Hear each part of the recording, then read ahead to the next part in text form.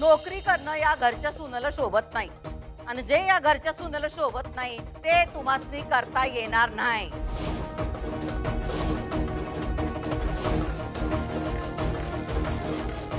अधिपती तुम्ही विसरताय काय?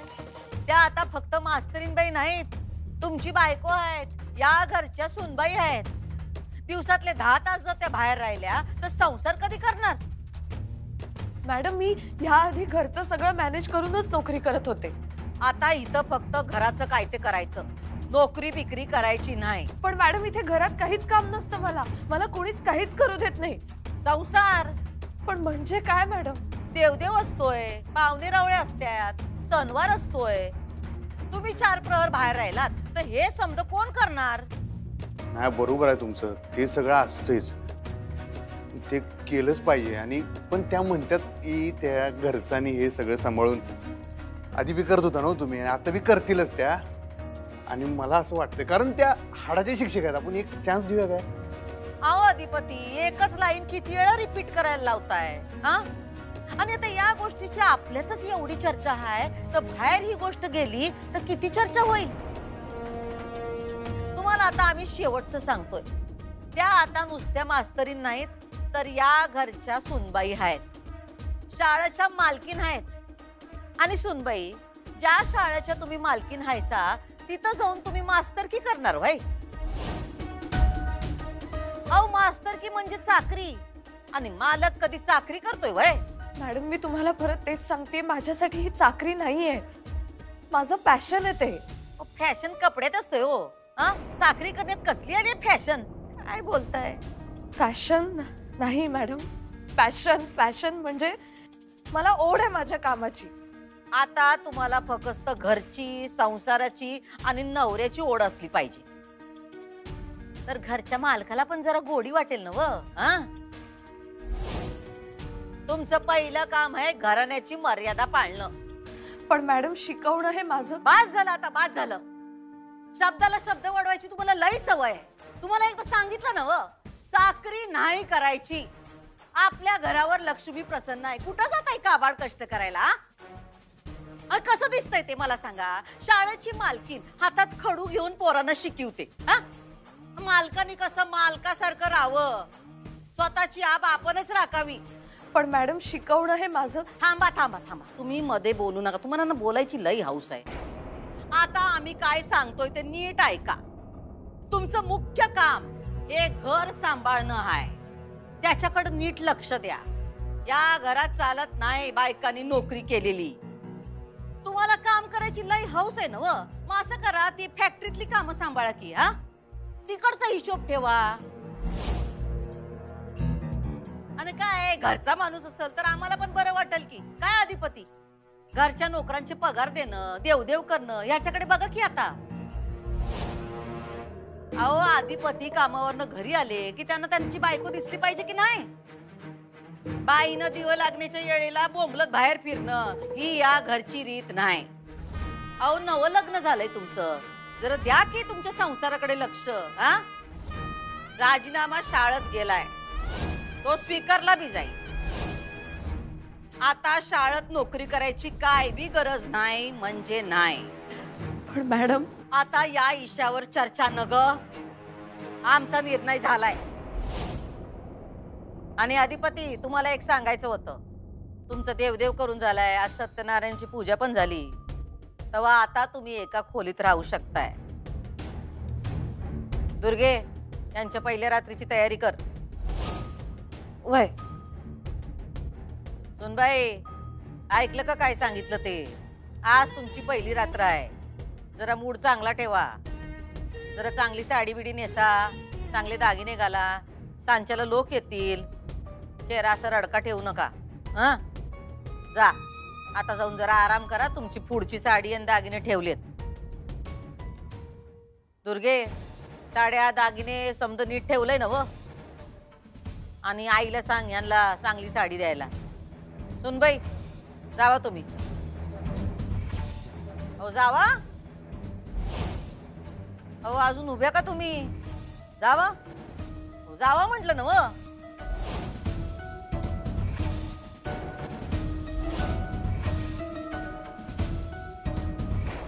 अधिपती आता चर्चा न ग. जा तुम्ही पण जरा आराम करा. लोक येतील आता थोड्या वेळात.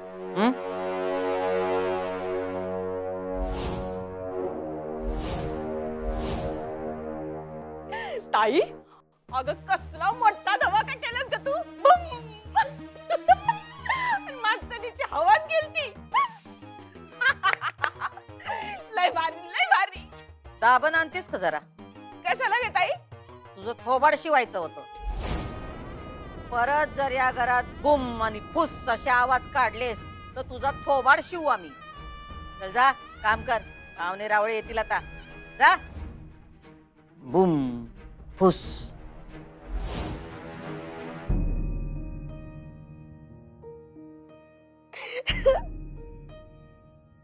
मास्तरीनबाई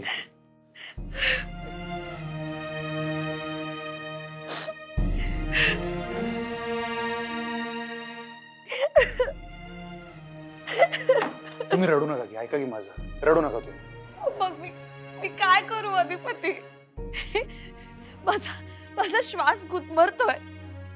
हे काय चाललंय माझ्या आयुष्यात. हे असे जड दागिने घालायचे, भरजरी साड्या नेसून बसायचं नुसतं. हे नाहीये माझं आयुष्य. अधिपती मी शिकलेली मुलगी आहे. मला काम करायचंय. माझा आनंद माझ्या कामात आहे. माझं नशीब की देवाच्या दयेने मला माझं आवडीचं काम आयुष्यभर करण्याची संधी मिळाली होती आणि आता ती हिरावून घेतली जाते. का तुम्हाला माहिती, माझ्या समोर जर कोणी हिरा ठेवला आणि दुसऱ्या बाजूला शाळा ठेवली तर मी शाळा निवडेन, कारण ते माझ्या आवडीचं काम आहे. आणि माझं नशीब की माझ्या आवडीचं काम आयुष्यभर करायची संधी मला मिळाली होती आणि आता ती माझ्याकडून हिरावून घेतली जाते. का काय काय काय थांबा. तुम्हाला माहिती आहे अधिपती, जेव्हा माझा एखादा विद्यार्थी बोर्डात पहिला येतो किंवा त्याच्या आवडीच्या क्षेत्रात शिक्षण घ्यायला जातो तेव्हा मला किती आनंद होतोय मी शब्दात नाही व्यक्त करू शकत. जेव्हा सुरुवातीला प्राथमिक शाळेत शिकवायचे ना तेव्हा तिथे 5-6 वर्षांची मुलं यायची. त्यांना काही कळायचं नाही. त्यांचे पालक आम्हाला म्हणायचे की आमचं लेकरू होतं, आम्ही तुमच्या स्वाधीन केलंय, त्याची सगळी जबाबदारी तुमची. आणि तेव्हा इतकं टेन्शन यायचं, कारण लहान मुलं मातीच्या गोळ्यासारखी असतात अधिपती. त्यांना हळूहळू घडवावं लागतं आणि फक्त शिक्षक म्हणून नाही तर पालक म्हणून त्यांच्यावर प्रेम करावं लागतं, त्यांची काळजी घ्यावी लागते. जसं आम्ही त्या मुलांवर प्रेम करायचो तसंच ती मुलं सुद्धा आमच्यावर प्रेम करायची. रडू नका रडू नका. तुम्हाला माहितीये, माझी मुलं माझ्याशिवाय जेवायची नाहीत. जेव्हा मधल्या सुट्टीत मुलांबरोबर जेवायला बसायचं ना तेव्हा प्रत्येक घास समाधानकारक आणि आनंददायी असायचा. कारण मला माहित होतं की प्रत्येक विद्यार्थ्याला शिक्षण मिळतंय आणि त्यांना शिकवण्याचं भाग्य मला मिळतंय. अधिपती प्लीज प्लीज मी हात जोडते तुमच्या पुढे. प्लीज मला शाळेपासून दूर नका करू प्लीज. मी सगळं करेन. मी भुवनेश्वरी मॅडम म्हणतात ते सगळं करेन, त्यांचं सगळं ऐकेन. माझी सून म्हणून जी काही कर्तव्य आहेत ना मी सगळी पार पाडेन. प्लीज मला शाळेपासून दूर नका करू. रडू नका. अधिपती माझा जन्म शिकवण्यासाठी झालाय आणि मला शेवटच्या श्वासापर्यंत शिकवायचंय. तुम्ही सांगा ना त्यांना, तुम्ही समजावा ना त्यांना प्लीज. आणि आम्ही मिडल क्लास माणसं आहोत. माझं लग्न झाल्यानंतर सुद्धा आई बाबांना माझा पगार देणं ही कमिटमेंट आहे माझी. माझ्या आई बाबांच्या दवाखान्यासाठी मला पैसे देणं खूप गरजेचं आहे. अधिपती प्लीज तुम्ही सांगा भुवनेश्वरी मॅडमना. प्लीज प्लीज माझी शाळा नका बंद करू. नाही असं काय होणार नाही. तुम्ही रडू नका. मी बोलतो की आई साहेबांसंग. मी खरंच मी बोलतो म्हणलं ना. जरा वेळ द्या की मला. तुम्ही रडू नका मास्तरीनबाई. तुम्ही रडलेलं ना मला आई शपथ आवडत नाही. तुम्ही डोळे पुसा बरं. नाही तर मी पुसू काय. हा पुसा. सुनबाई घे ही साडी नेस. काय झालं. काय नाही काय. अहो अगं बस बस बस अगं असं भरल्या घरात रडू नाही पोरी. हं? गप गप नग काळजी करूस, होईल समजा ठीक. कसं होणार सगळं ठीक? माझी शाळा बंद झालीये. होय, पण लगीन झाल्यावर पोरीला बदलावं लागतं बघ. पण असं का? मी त्या सांगतील ते सगळं करते, कशालाच नाही म्हणत नाहीये, तरी हे असं का? जगाची रीत आहे ना व, सासरी सासरच्यांच्या कलांना घ्यावं लागतं बघ. तेच करत आलीये मी. होय माहितीये मला, मी बघते ना व. आणि ऐक की जरा, तू आधी तयार हो. हे बघ, आपण समजा बोलू की सवडीनं, है ना? अगं तू आता रडू नकोस बाई. अधिपती समजव तिला. नग रडूस पोरी. हा, या दोघं खाली.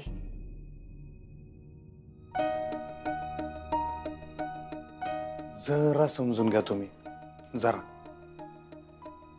मी समजून घेऊ अजून पण? तुम्हाला नाही कळत नाहीये का तुम्हाला अधिपती?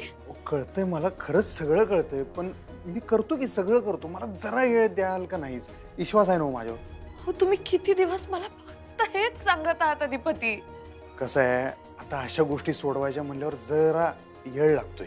असं पडदिशी होत नाही. आता तुम्ही विचार करा, आमच्या आईसाहेब जे आयुष्यभर धरून बसल्यात, ते असं एका दिवसात सुटणार आहे काय? मी पण आयुष्यभर नोकरी केलीये, मी पण नाही सोडू शकत ती अशी. नाही बरोबर आहे, ते कळतेच की मला. मी तुमच्या बाजूने आहेच, मी नाहीच नाही. त्यांनी भुवनेश्वरी मॅडमचा निर्णय बदलणार आहे का? मी एकडाव त्यांच्या संग बोलू का नकोच? हा, मी बोलतो, तुम्ही रडू नका, तुम्ही फक्त शांत व्हा. मी बोलतो त्यांच्या संग, मग आपण बोलूया. हा, मी लगेच येतो, तुम्ही शांत व्हा. बसा जरा, शांत व्हा. स्वागत आहे तुमचं, स्वागत आहे. हो, असू दे असू दे. ऐशवंत बसा बसा बसा. बसा बाबा. कशा आहात तुम्ही मॅडम? कशा दिसतोय? एकदम मस्त. हा गाडी एकदम बरोबर ओळखलं. इद्या ही तुमची धाकटी मुलगी आहे नव, ती लई हुशार आहे. हा मॅडम, तुमची ट्रिप कशी झाली? ए आगाडी, आत्ताच तुला हुशार म्हणलं नव. आम्ही ट्रिपला नाही, नवस फेडायला गेलो होतो. हा बरोबर आहे. तुमच्याकडे खूप करतात ना देवाचं. ताईला सवय नाहीये बर का. सासरी गेल्यानंतर सगळ्या गोष्टींची सवय करून घ्यावी लागते पोरी. हो ना, अगदी बरोबर बोललात तुम्ही. अक्षरा कुठे दिसत नाहीये? त्या आवडत्यात जरा. अच्छा, कवापासून तयार व्हायल्यात? हा, बाई माणसांनी कसं पटशिरी आवरलं पाहिजे. हा, आता पाहुणे यायला लागले, सुनबाईंचा अजून पत्ता नाही. दुर्गे, जा बोलू सुनबाईंना. बघ,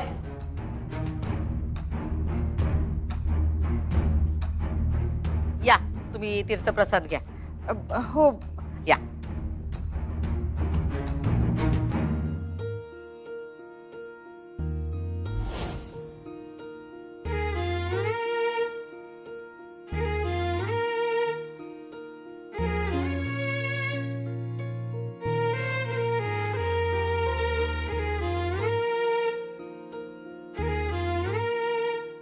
जा हिराबाई, दर्शन घ्या. जा.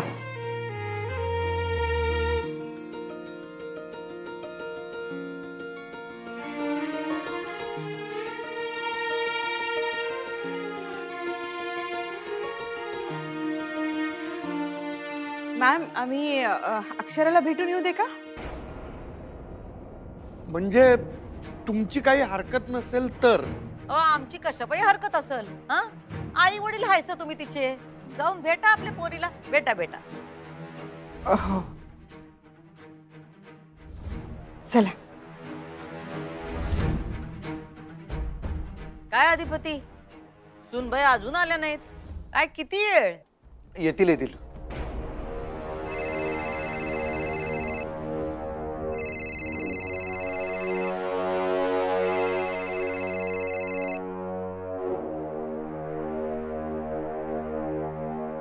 साहेब बोलायचं आहे.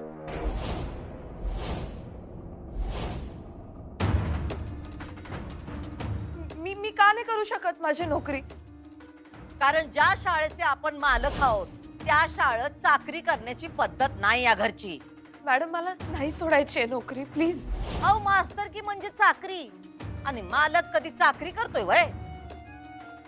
राजीनामा शाळेत गेलाय, तो स्वीकारला बी जाईल. आता शाळेत नोकरी करायची काय बी गरज नाही म्हणजे नाही. आता तुम्हाला फक्त घरची, संसाराची आणि नवऱ्याची ओढ असली पाहिजे.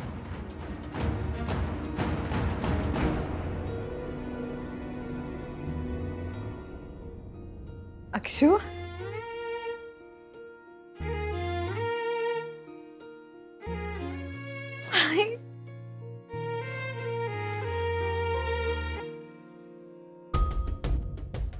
यांची पहिली रात्र आणि काम कोण करणार? म्या नाही. या घरात का नाही राबण्यासाठीच माझा जन्म झालाय. ताईचं मला काय बी कळत नाही. एकीकडे त्या मास्तरनीची शाळा बंद करते आणि दुसरीकडे ही पहिली रात्र. कशाला पाहिजे ही पहिली रात्र?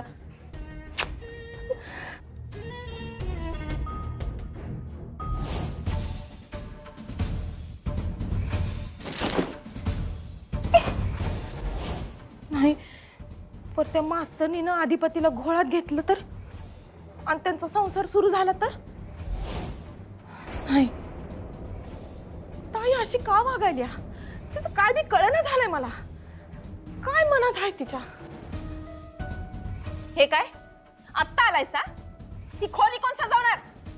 अरे तुमच्या मित्राचं लगीन झालंय का माझं? ते तर आधीच झालं ना. ए आवर. बोलायचं आहे. बोललो की आपण, आता परत काय बोलायचंय?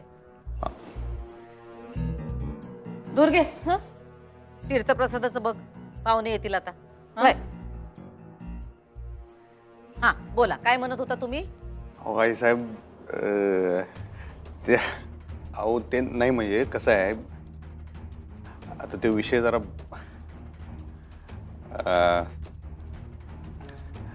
म्हणजे बरोबरच आहे, पण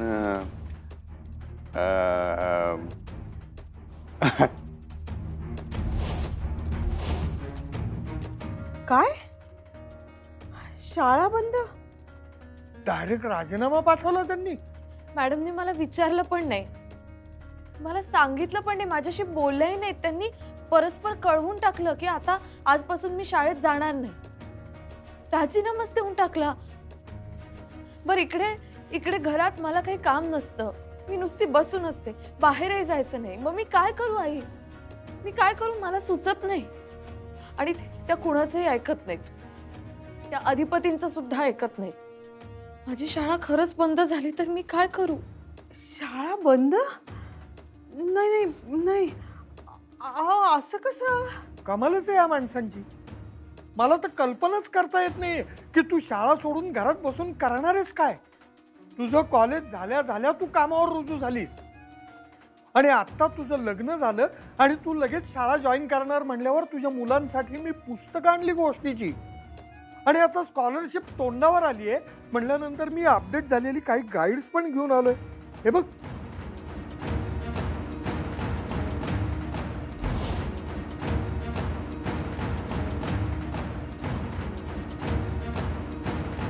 मला शाळेत गेलं पाहिजे बाबा,